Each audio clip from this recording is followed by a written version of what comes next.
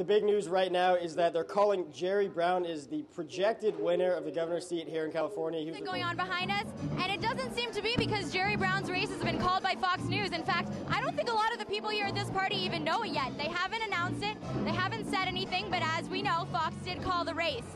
We're still waiting to hear from those here from the Los Angeles County Democratic Party. I'm Eleni Press, live in Universal City at the Meg Whitman Watch Party.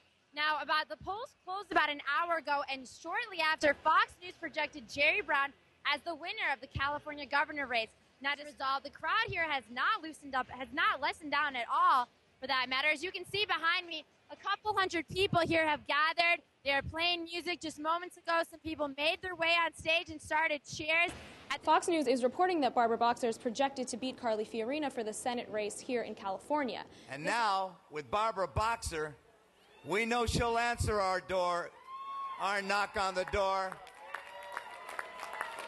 We know that Barbara Boxer will be there. She'll be the fire line, everybody. There was a large eruption of applause from the packed crowd of Barbara Boxer supporters here.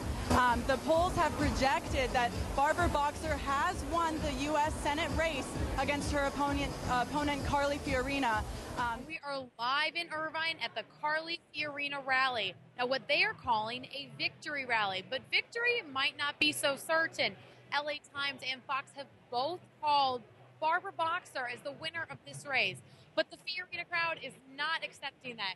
They are here cheering. They are ready. They are watching these results roll in. Back here in the newsroom, of course, we're talking about the big night so far for the Tea Party. In most places where there's a Tea Party candidate or a Tea Party-backed candidate, with the exception of Delaware, where Christine O'Donnell was handed a hefty defeat by the Democratic nominee, most Tea Party-backed candidates and candidates who have declared themselves members of the Tea Party have had pretty successful evenings in Utah, in South Carolina, in Florida. Of course, we're still waiting for a plethora of results to roll in, not just here in California, where the polls still have about 8 minutes to go until they close, but across the nation, where some polls that have closed 2 and 3 hours ago are still too close to call. And I've just received word that Republicans are actually, even this early in the evening, about to retake control of the House. The Senate may or may not be retaken by the Republican Party, but right now it looks like the majority in the House will go to the GOP. All right, Dan. So Dan's been here. He's been talking with students, answering questions about the elections. Why don't you tell me what have been some of the most prominent questions that have been popping up tonight so far from students?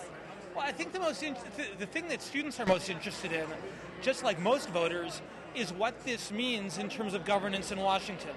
Does Barack Obama need to work with Congress differently now that Republicans will have what looks to be not only a majority, but a fairly large majority in the House of Representatives? Another update for you, I'm sure you may have known. Big cheers have also come out for Gavin Newsom, who is currently leading in the lieutenant governor race, and Jerry Brown, who other organizations are expected to win in the governor race. A number of the propositions, that is, have been going sort of either way for the Democrats and the progressives. So the propositions haven't been getting these sort of reactions that maybe the governors and Senate seat positions have been.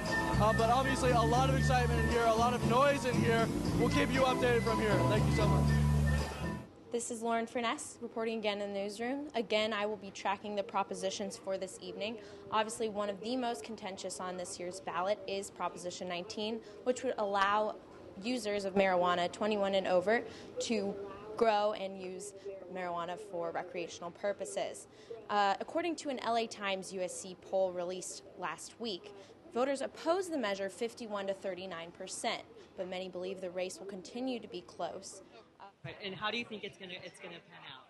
You know, there are 3 universities who ran out of ballots because they have unexpected student turnout, and students are often more of a later crowd. So I think that we won't know until we know. So still hopeful. Great. Thank you, Amanda. Thank you. So there you have it. Thank you for tuning into ATVN's coverage of Election 10. Stay tuned, and we'll continue covering. We'll give you more updates as we go.